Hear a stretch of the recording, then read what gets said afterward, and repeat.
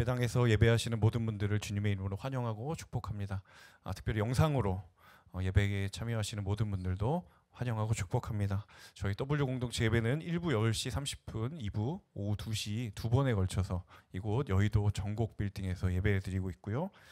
인스타그램과 카카오 채널 W 공동체를 검색하시면 공동체 소식과 또 여러 내용들 소개받으실 수 있습니다. 이제 어느덧 로마서 마지막 16장입니다. 처음에 로마서 첫 본문이 지난 작년 9월 정도였던 것으로 제가 기억을 하는데요. 설교 스케줄이 쭉 나오고 나서 마지막이 내년에 끝나는 걸 알고 과연 내년이 올 것인가라는 생각을 했던 때가 엊그제 같은데 로마서가 이제 끝을 앞두고 있습니다. 로마서 16장 여러 인물들이 이렇게 본문에 등장을 하는데요. 사람과 관련해서 한 얼마 전에 경험이 있었습니다. 공동체의 어떤 분이 저에게 그런 질문을 하셨습니다. 어떤 질문이었냐면, 목사님 왜 교회에서는 서로를 형제 자매라고 부르나요? 이렇게 물어보시는 거예요. 그러면서 이제 그분이 하시는 말이, 혹시 딱히 부를 만한 게 없어서 그 단어를 채택한 거냐? 제가 생각해봐도 뭐 교회 안에서 저기요 이렇게 부르긴 조금 뭔가 좀 이상하고, 그렇다고 뭐 님자를 붙이는 것도 좀 이상하고, 그래서 그렇게 혹시 부르시게 된 거냐고 물어보시더라고요. 이제 사실 형제와 자매라는 명칭 자체는 우리의 통상적인 인식 안에서는 가족 관계에서 해당되는 이야기들이죠. 자, 그럼에도 불구하고 교회에서 이 가족에게 어울릴 법한 그 명칭을 교회에서 사용한다라는 이야기는, 바꿔 이야기하면 교회와 가정이 그 뿌리를 같이 하는 무언가가 있기 때문에, 공통분모가 있기 때문에 그러한 사용을 하고 있다는 것이죠. 자, 하나님께서 손수 세우신 두 개의 공동체가 있는데, 하나가 가정이고 또 다른 하나가 교회입니다. 자, 그만큼 이 말은 교회와 가정이 영적인 속성을 함께하고 있다는 거예요. 사도 바울이 로마서를 마무리하면서 마지막 16장에서 굉장히 많은 이들의 이름을 언급합니다. 저는 이 16장이 별로 그렇게 좋은 기억으로 남아있지 않습니다. 왜냐하면 신학대학원 시험을 봐야 되는데 이 16장이 저를 너무 힘들게 했거든요. 문제의 이 정말 듣도 보지도 못한 이름이 문제로 나왔을 때, 바울은 물론 그 사람을 기억하면서 너무 좋았겠지만 저는 너무 괴로웠어요. 바울은 왜 이 사람의 이름을 여기에 기록해서 나를 이렇게 힘들게 하는가? 바울은 은혜를 받고 있는데 나는 이 사람 때문에 떨어질 수도 있고 붙을 수도 있는 그 당락의 기로에서 나는 이 사람을 마주하게 되니 저는 너무 은혜가 하나도 안 되는 거예요. 그래서 결국 꾸역꾸역 앞글자만 따서 어떻게든 막 무슨 수를 동원해서 이 이름을 다 외웠던 기억이 있습니다. 근데 인간이 너무 망각의 동물이라서 그런지 다 까먹었어요. 다 기억하기도 힘들어 보이는 이 이름들인데, 바울이 놀랍게도 그 한 사람 한 사람을 언급하면서 그냥 언급할 뿐만 아니라 그들에 대한 감사와 또 그들과 교제했던 그 기억들을 회고하면서 영적인 문안 인사를 전합니다. 자, 왜냐하면 바울에게 있어서 이 사람들은 주 안에서 가족과 같은 사람들이었기 때문이죠. 자, 오늘 본문을 크게 두 갈래로 나눠서 함께 말씀을 나눠보고자 하는데요. 첫 번째 파트는 함께 저를 따라해 보시겠어요? 사역은 지나고 사람이 남았다. 사도행전이나 바울 서신 속에 나타나 있는 그 서신이 묘사하고 있는 바울을 보고 있으면 우리는 그가 많은 사역을 했기 때문에 간혹 이 바울이라는 인물이 굉장히 일 중심적인 유형이 아닌가라는 생각을 하게 됩니다. 워낙 많은 사역을 했기 때문에 이건 누가 봐도 일 중심적인 성향이 아니면 이렇게 할 수 없다라고 생각을 하기가 쉬운데요. 그런데 사실 바울은 놀랍게도 사역보다 그 사역을 함께하는 사람들을 귀히 여겼던 사람입니다. 그 사역을 함께하는 동역자들을 잊지 않았고 그들을 늘 기억했던 사람이 바로 바울이었어요. 자, 그렇다면 바울이 처음부터 그런 사람이었는가? 바울이 처음부터 그런 사람을 귀히 여기는 사람이었는가? 사실 처음부터 그랬던 것은 아니었습니다. 자, 사도행전 15장을 보면요, 사도행전 15장에 아주 중요한 그 예루살렘 사도들의 회의가 끝난 이후에 이제 바울도 거기에 참석을 했고 다시 그 회의가 끝나고 자신의 선교 여정을 내디듣기 위해서 준비하는 장면이 15장 후반부에 나오거든요. 자, 그런데 1차 전도 여행까지 예루살렘 공의회 직전까지 함께 사역을 했던 바나바라고 하는 인물과 충돌하게 됩니다. 싸우게 되는 거죠. 싸움의 이유가 뭐냐면 이 바나바가 마가 요한이라고 하는 한 사람을 우리가 함께 데려갔으면 좋겠다. 이렇게 바울에게 제안을 한 거예요. 자, 사람 데려가다가 왜 싸움이 나나 싶지만 사실 이 마가 요한이라는 인물의 전과가 있거든요. 어떤 전과냐면 1차 전도 여행 때 바울과 함께 바나바와 동행하다가 그 팀에서 이탈했어요. 그러니까 팀장 맡다가 갑자기 내려놓고 잠수 탄 거죠. 그러니까 그런 사역에서 이탈했던 전력이 있었던 거예요. 그러니까 이미 그 이탈했던 전력이 있는 사람을 두고 이 바나바와 바울이 의견의 대립이 있었던 거예요. 바울은 뭐라고 얘기했냐면 절대로 데려가면 안 된다. 이 사람 데려가면 또 그럴 거다. 근데 바나바는 그럼에도 불구하고 우리가 챙기고 달래서 데리고 가야 된다. 이때까지만 해도 바울이 굉장히 일중심이었던 사람이 아니었나 생각이 드는 거예요. 절대 안 된다. 이 사람 데리고 가면 또 사고 친다. 바나바는 그래도 우리 한 지체인데 우리가 잘 챙겨서 끝까지 함께 가야 된다. 이렇게 대립을 하다가 결국 이 일 때문에 바나바와 바울이 갈라서게 됩니다. 2차 전도 여행부터는 각각 따로 가게 되죠. 그리고 나중에 한참 시간이 흘러서 바울이 로마 감옥에 갇히고 난 뒤에 디모데를 불러서 디모데에게 여러 권면을 하죠. 그게 디모데 전후서인데요. 그 디모데에게 이런 부탁을 하는 거예요. 디모데후서 4장 11절에 네가 올 때, 디모데 당신이 올 때, 나한테 올 때 마가를 데리고 와라. 이렇게 얘기를 해요. 그가 나의 일에 유익하다. 때늦은 후회를 하는 거죠. 그때만 해도 저 사람은 데려오면 안 된다라고 완강했던 이 바울이 나중에 시간이 한참 흐르고 난 뒤에 마가 요한을 기억하면서 그가 나에게 유익한 사람이었구나라고 하고 디모데에게 그를 좀 보고 싶다, 데리고 와달라고 부탁을 하는 거예요. 강직했던, 완고했던 바울의 마음을 그가 사역의 여정에서 하나님의 마음을 알면서 그가 변하는 거예요. 사람이 흔히 사람은 안 변한다라고 이야기를 하잖아요. 물론 기질은 변하지 않습니다. 그런데 그 기질을 통해서 나타나는 하나님의 일들은 언제나 바뀔 수 있다는 것을 바울을 통해서 알게 되는 거죠. 그러니까 이전에는 바울이 사람 귀한 줄을 모르고 사명에 몰두했지만 한참 시간이 흐르고 난 뒤에 비로소 동역자의 귀함과 존재의 의미를 깨닫게 된 거예요. 자, 오늘날 우리 교회 공동체에서도 이런 경우, 이런 갈등들 많잖아요. 공동체에 보면 목적 지향주의적인 사람, 성과 지향적인 사람 있죠. 그런가 하면 관계 지향적인 사람이 있어요. 이 사람이 하여튼 어떤 유형이든 그 사람이 팀장이 되면 반대편에 있는 사람은 항상 마음이 어려운 거예요. 아우리치 같은 데 가면 목적 지향적인 사람은 우리 오늘 이거 해야 된다. 그런데 자기는 아직 마음의 준비가 안 된 관계 지향적 사람들이 있는 거죠. 근데 막 끌려가요. 뭐 티를 내면 안 되니까. 그런데 다 하고 나면 막 소진되어 있고 탈진되어 있고, 그날 팀 모임 하면 막 자기는 다들 은혜 받았는데 나 은혜 받은지 모르겠다 막 이러면서, 그랬더니 아니 이렇게 완벽하게 우리가 은혜롭게 했는데 왜 너는 은혜를 못 받았니라고 쳐다보고, 반대 성향들이 막 있는 거죠. 공동체 안에는 또 감성적인 사람들이 있고 이성적인 사람이 있어요. 그런 관계의 지향적인 사람들을 바라보면서 그럴 수 있지. 그런데 이 사역의 자리에서 무슨 소리냐. 마음 단단히 먹어라. 지금 마귀가 우리를 공격할 수 있다. 이러면서 막 정신 차려라. 네, 감정의 1도 곁을 내주지 않은 그런 사람들도 있죠. 네, I도 있고 E도 있고 P도 있고 J도 있고. 자, 그러다 보니까 교회 안에서는 나와 맞는 성향의 사람들과 사역을 할 때도 있지만 나와 정반대의 성향을 가지고 있는 사람들과 한 공동체를 이루기도 하고 사역을 하기도 합니다. 분명한 한 가지 사실은 무엇인가 하면 그들과 나와 맞지 않은 그 사역, 그 사람과 함께한 사역은 다 지나가지만 그 사람은 남는다는 거예요. 사역은 다 지나가도 사람은 남는 거예요. 와, 이번에 사역 한치의 오차도 없이 그래 너무 완벽하게 했다.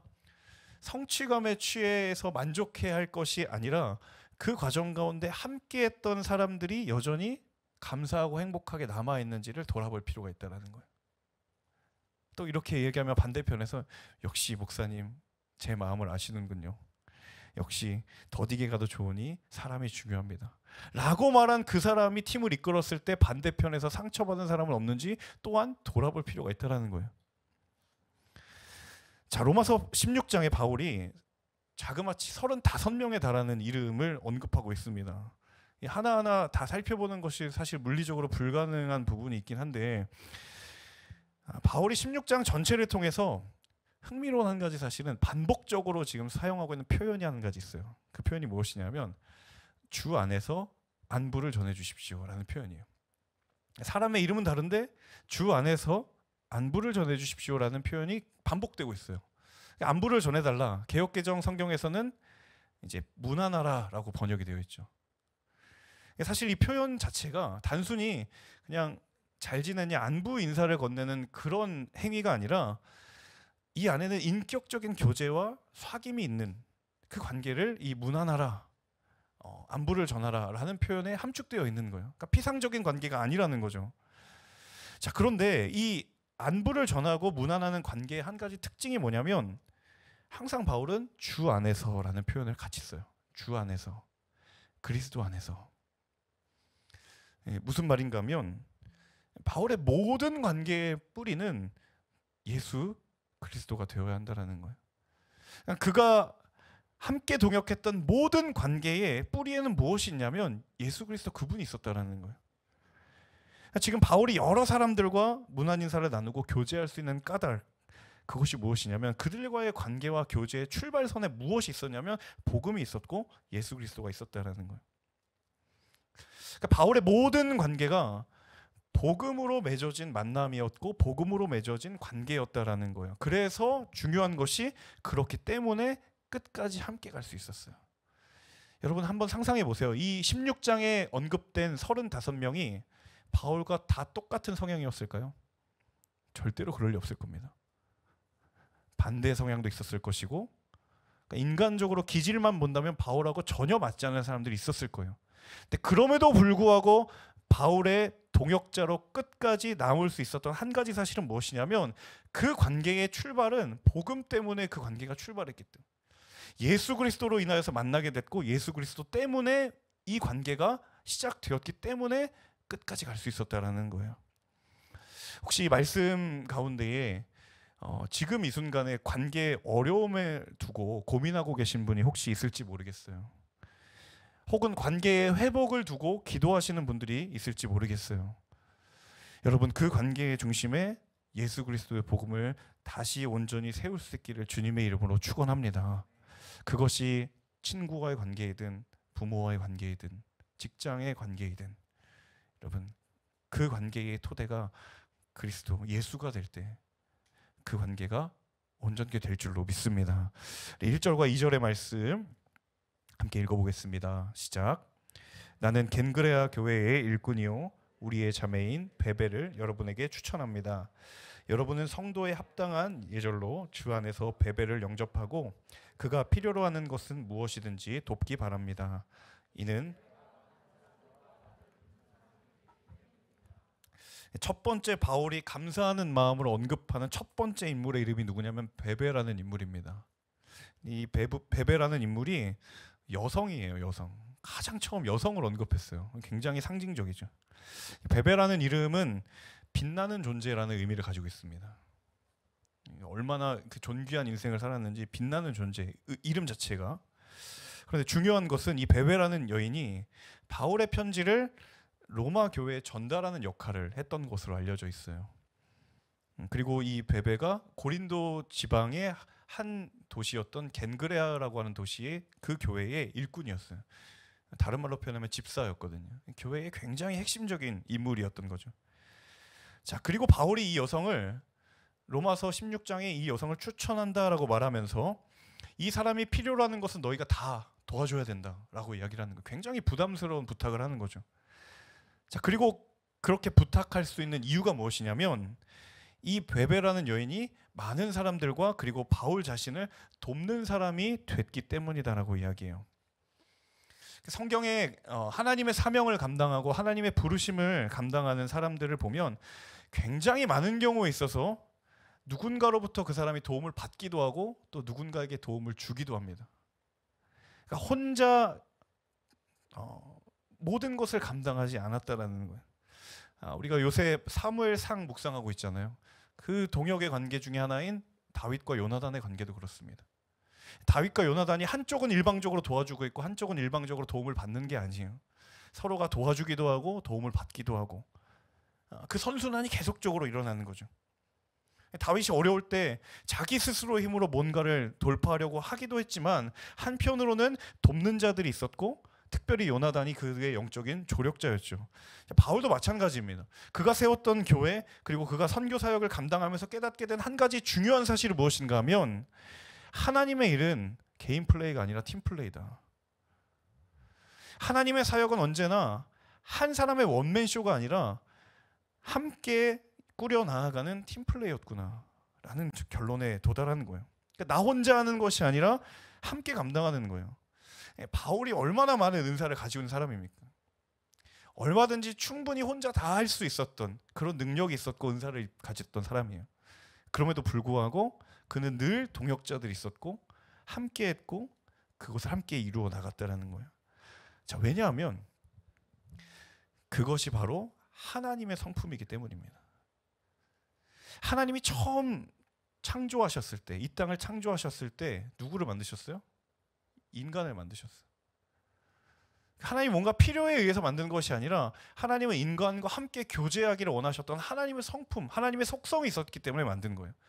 무언가 부족해서 필요해서 이 인간이란 존재를 만든 게 아니라 그저 하나님이 함께 있는 것을 원하시고 함께 있는 것을 기뻐하셨기 때문에 하나님의 속성 자체가 팀플레이에 있는 거예요.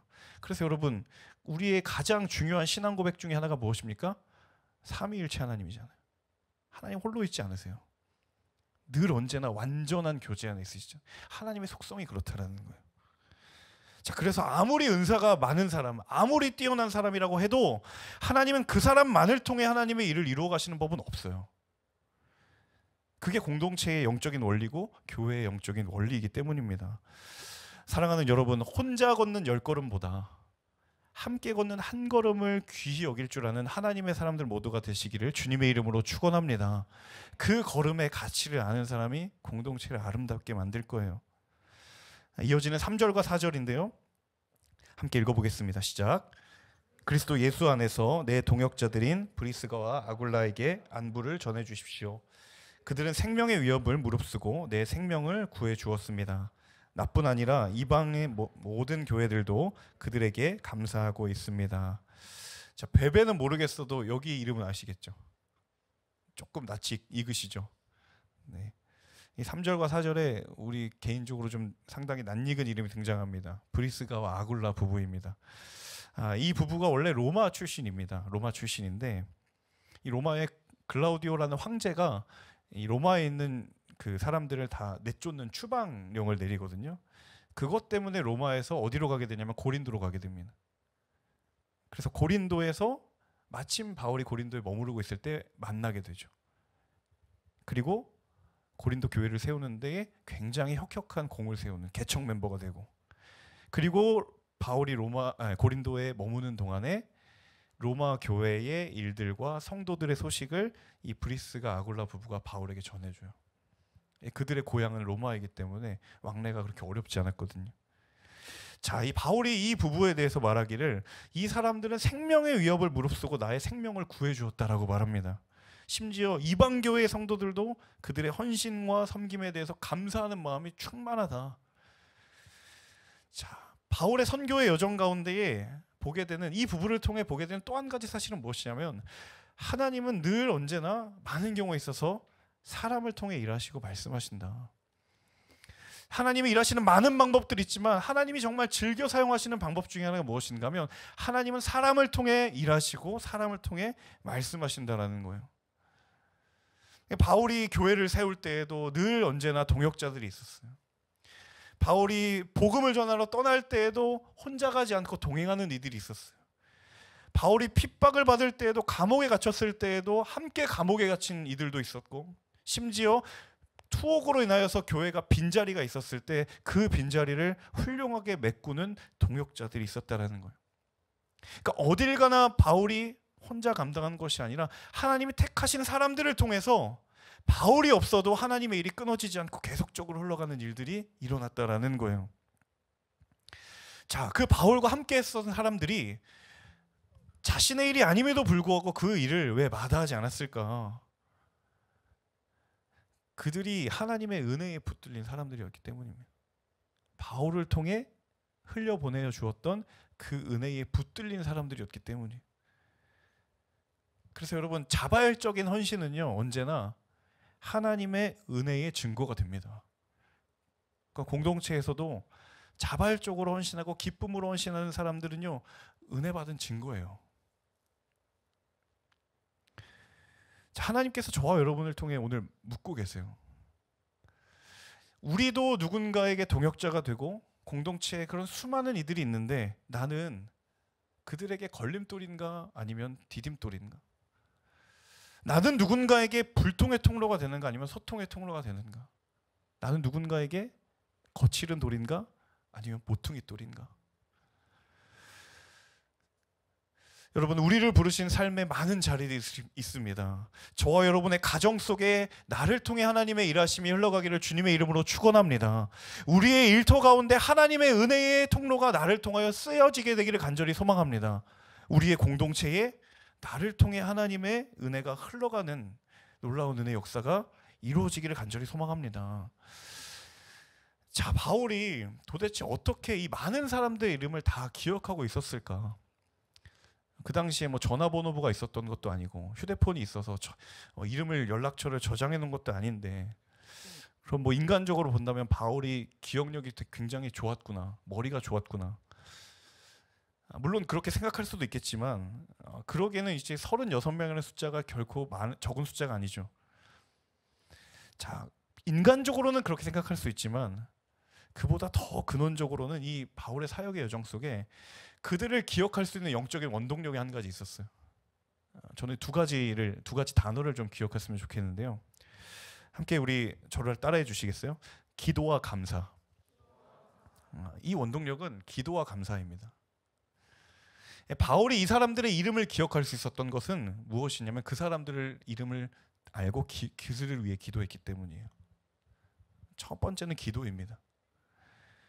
저도 지체들하고 이렇게 상담을 하다가 기도 제목을 들으면 그 기도 제목 때문에 그 사람을 기억하게 되는 경우가 굉장히 많아요. 아, 저 지체가 그때 좀 가정에 어려운 일이 있어서 나에게 기도를 부탁했던 그분이구나 라고 기억을 하게 된다는 거예요.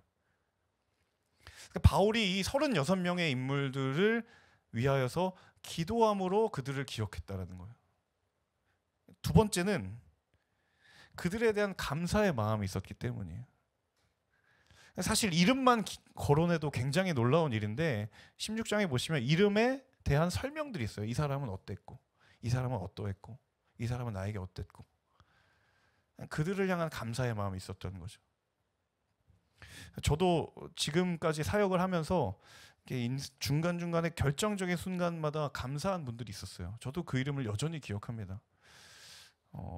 이 말씀을 준비하면서 한 분이 떠올랐는데요. 제가 군복무하던 시절에 이제 막 갓 자대에 와서 이등병 짝대기 하나였을 때 저는 교회를 섬겼거든요.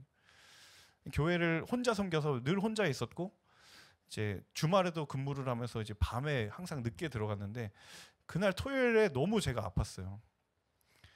근데 이제 자대에 온 지 얼마 안 됐기 때문에 뭐 아프다고 내색도 못해요. 그럼 얼굴 좀 안 좋아 보이네 그러면 괜찮습니다. 아무렇지도 않습니다. 뭐 이렇게 얘기하고 뭐 좀 약 먹어야 되는 거 아니야? 좀 한숨 자고 나면 괜찮습니다. 이래야 됐던 시절이거든요. 근데 너무 아파서 열이 막 끌어오르는데 누구에게도 말을 할 수가 없는 거예요. 혼자 있었던 것뿐만 아니라. 그런데 저희 교회에 섬기시던 권사님 한 분이, 그러니까 간부 아내분이셨죠. 권사님이 갑자기 오시더니 본죽을 사가지고 오신 거예요. 밤 9시에 어디서 제가 아프다는 소식을 듣고 제가 그날 본죽을 눈물에 비벼 먹었습니다. 그리고 본죽이 이렇게 맛있는 죽이구나를 처음 알았습니다. 그래서 제가 그 감동이 죽을 때까지 기억하려고 그 뒤로는 죽을 안 먹습니다. 박현수 권사님 감사합니다. 저도 감사한 마음이 있기 때문에 기억을 하는 거예요. 여러분의 신앙의 여정에서도 그런 결정적인 순간에 기억이 나는 사람들은 대부분 그가 나를 위해 기도했거나 내가 그를 위해 기도했거나 아니면 내가 그에게 감사하거나 그를 통해 내가 하나님께 감사했거나, 이 기도와 감사라는 키워드가 사람을 기억하게 했다라는 거예요. 그러니까 바울이 얼마나 많은 기도를 했고 얼마나 많은 감사의 제목이 있었는지 이 사람들을 통해 증명하고 있다라는 거죠. 사랑하는 여러분, 기도하면 기억하게 되는 줄로 믿습니다. 감사하면 기억하게 되는 줄로 믿습니다. 그래서 기도하고 감사하십시오. 누군가를 위해 기도하기를 힘쓰면 기억하게 됩니다. 누군가를 떠올리며 그를 내게 보내주신 하나님께 감사하면 그 기억이 끝까지 가게 돼 있고 거기에 더 풍성한 고백이 있게 될 줄로 믿습니다. 두 번째 부분은요, 바울이 후반부에 꼭 하고 싶었던 말을 남깁니다. 꼭 하고 싶었던 말. 17절과 18절을 함께 읽겠습니다. 시작. 형제들이여, 내가 여러분에게 권합니다. 여러분은 배운 교훈의 역행에 분열을 일으키고 회방하는 사람들을 경계하고 그들을 멀리하십시오. 그런 사람들은 우리 주 그리스도를 섬기지 않고 자기 배만 채우며 그럴듯한 말과 아첨하는 말로 순진한 사람들의 마음을 현혹합니다. 바울이 사랑의 문안 인사를 하면서 로마서를 이제 마무리하는 듯 했는데 갑자기 뉘앙스가 바뀌면서 무거운 겉면의 모드로 태세 전환을 합니다. 특별히 구체적으로 바울이 복음의 교훈에 거스르는 것, 공동체를 분열시키고 성도들을 미혹하고 회방하는 것, 단호히 대적하고 돌아서야 된다고 이야기를 해요. 자, 그런데 바울이 이렇게 왜 갑자기 분위기를 확 깨면서 말을 할 수밖에 없었는가? 바울은 자신 있게 이 말을 할 수 있었던 어떤 믿는 구석이 있었던 사람입니다. 여러분, 사실 상식적으로 그렇잖아요. 편지의 끝이에요. 16장 이제 다 마무리예요. 야, 우리 다 좋은 게 좋은 거다. 그동안 수고했다. 또 보자. 훈훈하게 마무리하고 나이스하게 인사하면 얼마나 좋겠습니까? 갑자기 그 굳이 좋은 분위기를 깨면서 너희들 조심해라. 정신 차려라. 갑자기 태세 전환을 하는 이유가 뭘까요? 얼마든지 훈훈하게 끝낼 수 있는데 바울은 그렇게 끝내지 않았다라는 거예요. 왜냐하면 사랑하기 때문에 들어야 할 말이 있는 거예요. 사랑하기 때문에 들어야 할 말이 있는 거예요. 그들이 듣고 싶은 말이 있고, 그리고 그 말이 무엇인지 바울은 너무너무 잘 알고 있었을 겁니다. 얼마든지 바울도 그들의 입맛에 맞게 말을 해줄 수 있었을 거예요.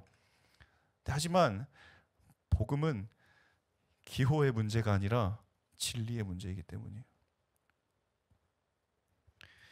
내가 듣기 좋을 때, 내가 필요로 할 때 복음이 임하는 것이 아니라 그 사람의 인생 가운데 복음이 필요할 때 복음이 필요한 거예요. 좋고 싫음의 문제에 따라 복음이 들려지는 게 아니라 이것은 진리의 문제이기 때문에 그에게 진리가 필요하다면 그의 좋고 나쁨의 문제가 아니라 복음이 필요하다는 순간인 거예요. 굉장히 많은 부분에 있어서 우리가 착각합니다. 내가 들을 준비가 안 돼 있다. 아니요. 준비되어 있는 사람한테 하나님 말씀하신 적 없습니다. 그 사람에게 하나님이 필요하다고 생각하시는 순간 말씀하셨어요. 복음은 기호의 문제가 아닙니다. 진리의 문제이기 때문이에요. 내게 복음이 필요할 때, 내게 복음이 들려져야 할 때 복음이 들려지는 거예요. 그래서 불편할 때도 있지만 듣게 되는 거예요. 그래서 외면할 때도 있지, 외면하고 싶을 때도 있지만 직면하는 거예요. 왜냐하면 그곳에 생명이 있기 때문인 줄로 믿습니다. 바울이 이 사실을 명확하게 알고 있었어요. 바울이 훈훈하게 얼마든지 마무리를 짓고 싶었는데 이 사실을 동역자들이랑 나누고 싶었던 거예요.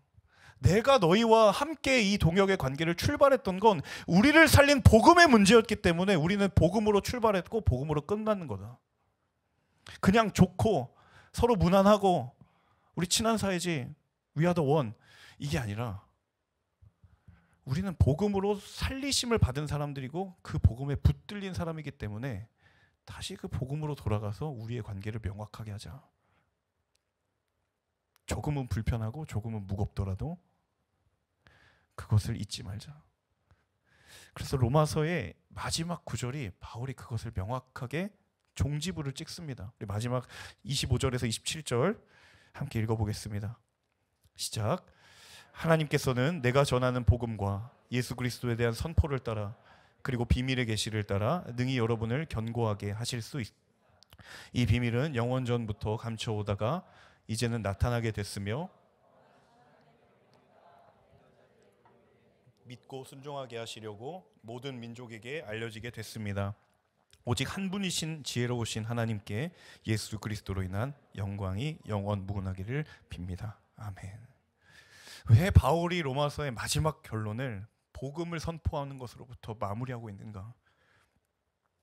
우리의 동역의 관계도, 서로를 문안하는 교제도, 때로는 그들을 향한 영적인 권면도, 그 모든 것은 복음의 자리로부터 출발했기 때문이다. 사랑하는 여러분, 모든 관계의 복음의 자리를 잊지 마십시오. 왜냐하면 그리스도인의 삶은 복음의 자리에서 출발한 인생이기 때문입니다. 하나님께서 이 땅에 교회에 주신 축복이 많고 은혜의 고백이 참으로 많습니다. 그런데 이제 목회자로서 한 가지 안타까운 마음, 또 아쉬운 마음이 있다고 한다면, 언젠가 우리 교회 안에서 누리고 나눠지는 모든 것의 출발이 예수 그리스도의 복음인데 어느새부턴가 출발선을 잊어버리는 거예요. 친교와 교제는 주님 때문에 우리에게 얻어진 것인데 주님의 자리를 친교와 교제가 대신해버리고, 그래서 서로에게 예의를 갖추고 편안한 메시지와 그냥 나이스한 관계 정도의 권면이면 그걸로 충분한, 하지만 아무런 변화도 기대할 수 없고 바라지도 않는, 정말 교회의 공동체의 말씀 앞에 통렬한 깨어짐이 언제인가?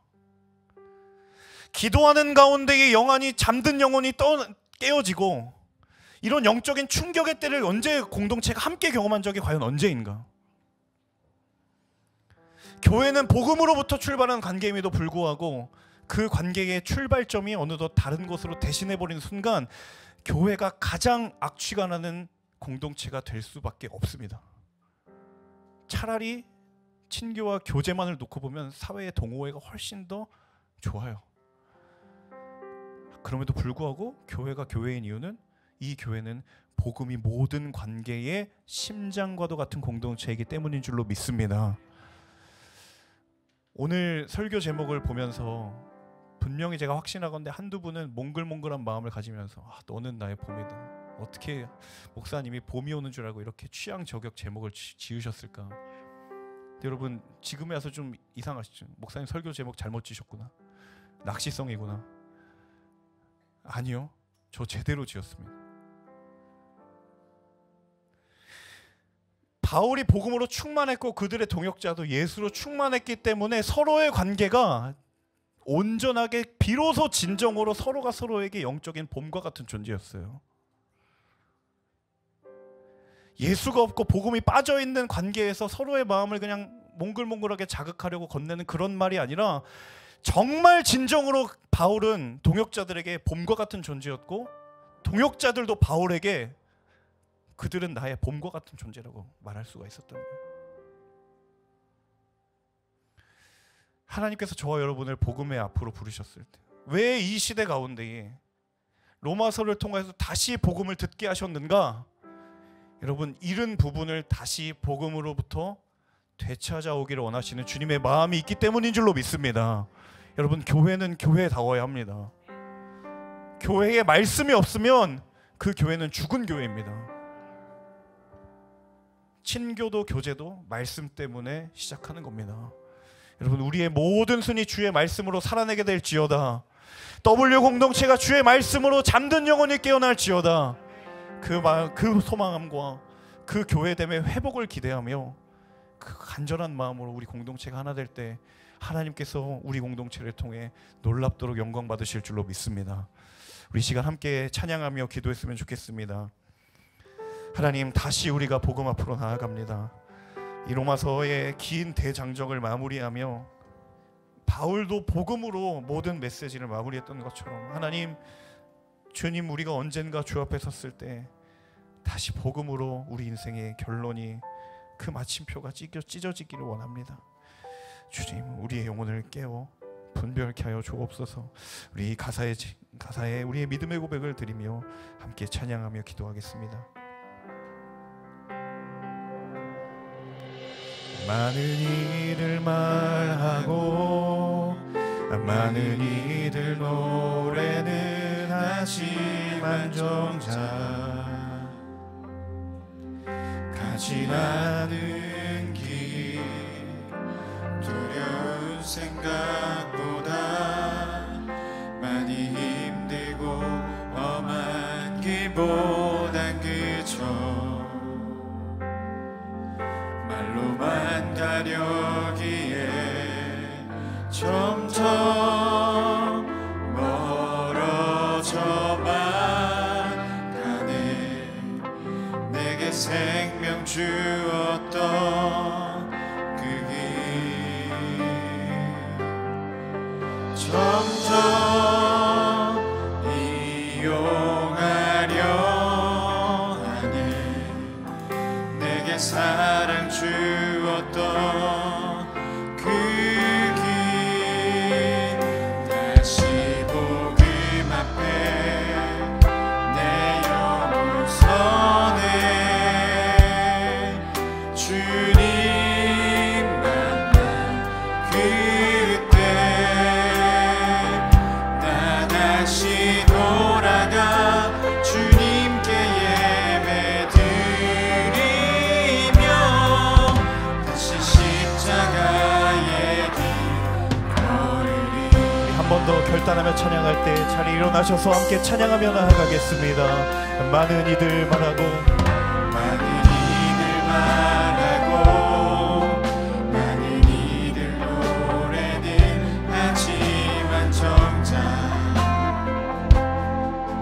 가지 않는 길, 두려운 생각보다 많이 힘들고 험한 길보단 그저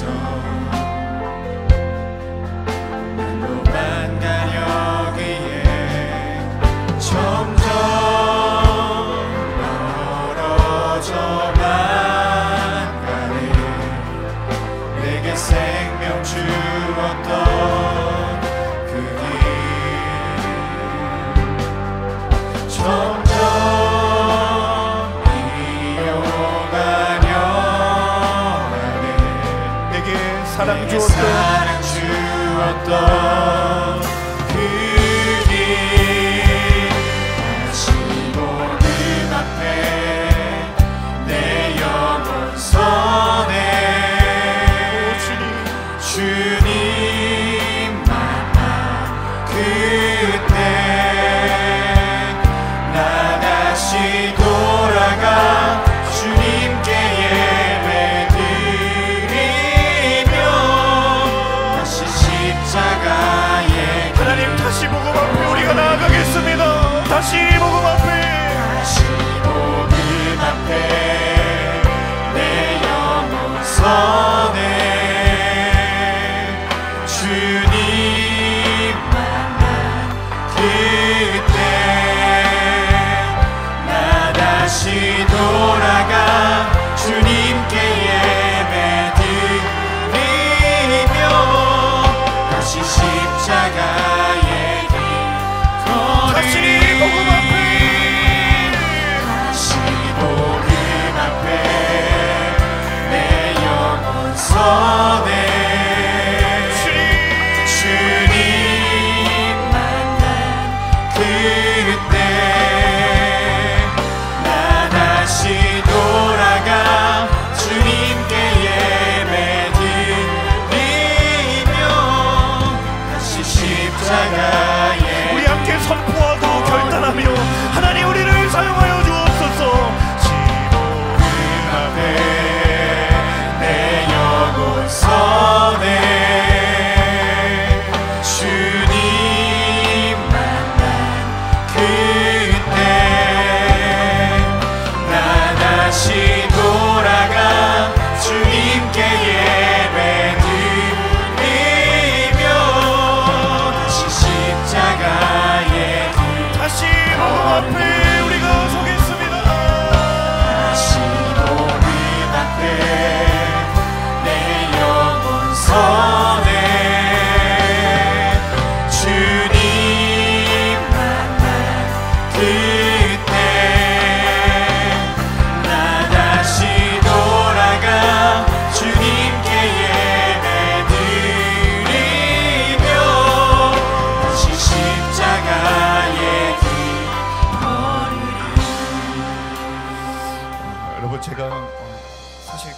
제목을 2개를 적어왔는데 찬양하면서 주께서 주시는 마음이 있어서 이렇게 기도하기를 원합니다.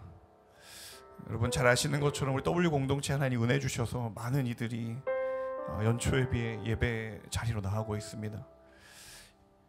하나님께서 그 보이는 숫자의 증가 가운데에 하나님께서 하나의 마음을 주시는 것은 우리의 관계가 정말 온전히 하나 되지 않으면 이것은 모래 위의 성과 같다라고 말씀하십니다. 여러분 보이는 자리에서는 우리가 서로에게 너무도 예의가 있고 친절하지만 돌아서서 우리 마음 가운데 악독이 있다면 다 회개해야 합니다. 돌아서서 누군가를 향하여서 판단했던 마음이 있다면 그 숫자의 증가는 사단의 유혹이고 사단의 미혹입니다. 하나님 우리의 공동체가 정말 주시는 복음과 십자가 은혜 앞에 온전히 하나 되기를 원합니다. 순장은 순원을 사랑하기를 원합니다. 순원은 순장을 존중하고 사랑하고 기도하기를 원합니다. 일방적인 사랑만이 아니라 일방적인 섬김을 요구하는 것이 아니라 서로가 낮아지기를 기뻐하고 서로가 낮아지기를 기꺼이 헌신하는 공동체 되게 하여 주옵소서. 주님 W 공동체가 십자가 피 묻은 보혈의 능력으로 하나 되는 공동체 되게 하여 주옵소서. 주님 회개하며 나아갑니다. 복음으로 하나 되기를 원합니다. 우리 간절한 마음으로 주여 세 번 외치며 합심하여 기도하며 나아가겠습니다. 주여 주여 주여. 살아계신 아버지 하나님 이 공동체 하나님 주님의 것입니다. 하나님의 것입니다. 아버지 하나님 우리의 기도에 입술을 열어주시옵소서. 기도의 입술을 열어주시옵소서. 마음 깊숙한 곳에 있는 반목과 시기와 질투를 꺼내주옵소서. 성령의 불로 사면할지어다. 성령의 불로 소멸하여 주시옵소서. 하나님 이 공동체는 주님의 것입니다. 예배 인원이 많이 일어나는 것 하나님 그건 아무것도 아닙니다. 하나님 우리가 정말 하나 되고 있는 것, 모든 소리 정말 말씀으로 하나 되고 있는 것, 모든 소리 정말 지혜로 하나 되고 있는 것, 하나님 우리가 깨어있기를 원합니다. 영적인 눈이 잠기우지 않기를 원합니다. 주여 깨어나게 하여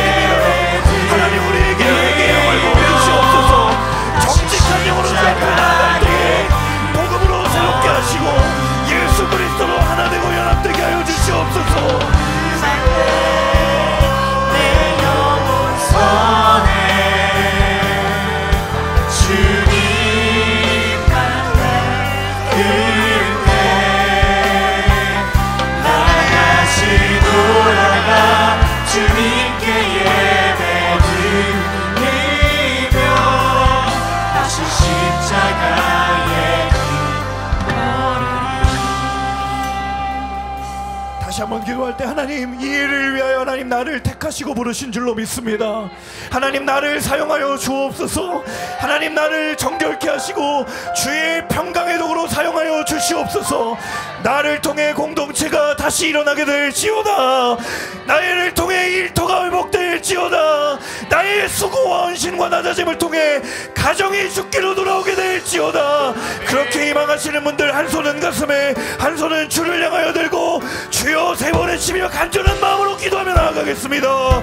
주여 주여 주여.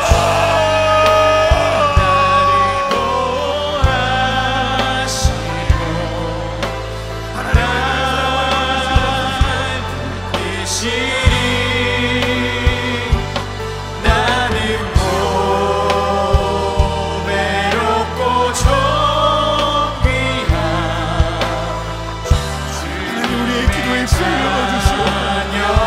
하나님 우리의 기도에 입술을 열어주시옵소서.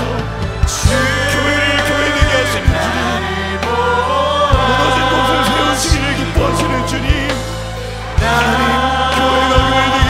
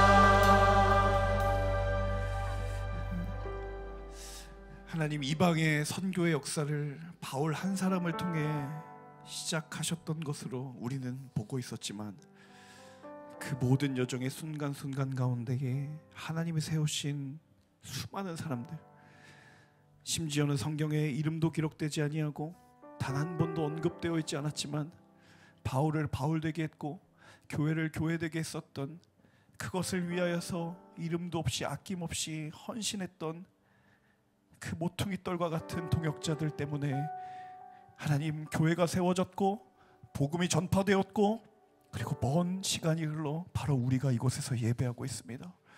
하나님, 복음으로 시작된 관계만이 그 관계에 사단의 모든 공격에도 그 모든 것을 이겨낼 온전한 능력이 있는 줄로 믿습니다. 우리의 깨어진 관계들을 돌아볼 때마다 인간적인 방법과 수단을 택해보고, 또 때로는 그 관계를 바라보며 미움으로 가득 차기도 했고 분노로 가득 차기도 했고 허탈감과 원망으로도 가득 차 보이기도 했지만, 하지만 결국 그곳에 예수 그리스도 복음이 살아 숨쉬는 한 그것은 다시 생명의 역사가 시작되게 될 줄로 믿습니다. 하나님, 우리 한 사람 한 사람을 축복하여 주시옵소서. 한 사람 한 사람을 세워 주시옵소서. 복음에 붙들리게 하시고 예수 그리스도로 충만하게 하셔서 하나님, 많은 이들이 관계의 허무함으로 절망하고 좌절하는 이 척박한 세상의 광야 속에 하나님, 우리가 사막의 오아시스와 같은 축복의 통로가 되게 하시고 깊은 겨울을 깨는 봄날의 꽃과 같은 존재들이 되게 하여 주옵소서. 우리의 가정에 그 회복의 역사가 일어나게 하여 주시옵소서.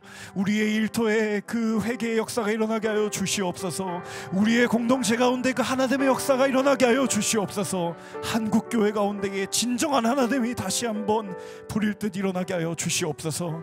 하나님, 비록 지금 현실은 절망이지만 그 하나님의 일하심이 분명히 멈추지 않음을 믿음으로 바라보며 그 믿음의 걸음을 담대하게 걸어나가는 우리 귀한 W 공동체가 되게 하여 주시옵소서. 함께 하실 주님의 이름을 찬양하고 감사드립니다. 이 모든 말씀 예수님의 이름으로 기도드립니다. 아멘. 우리 하나님께 감사와 영광의 박수 올려드리겠습니다.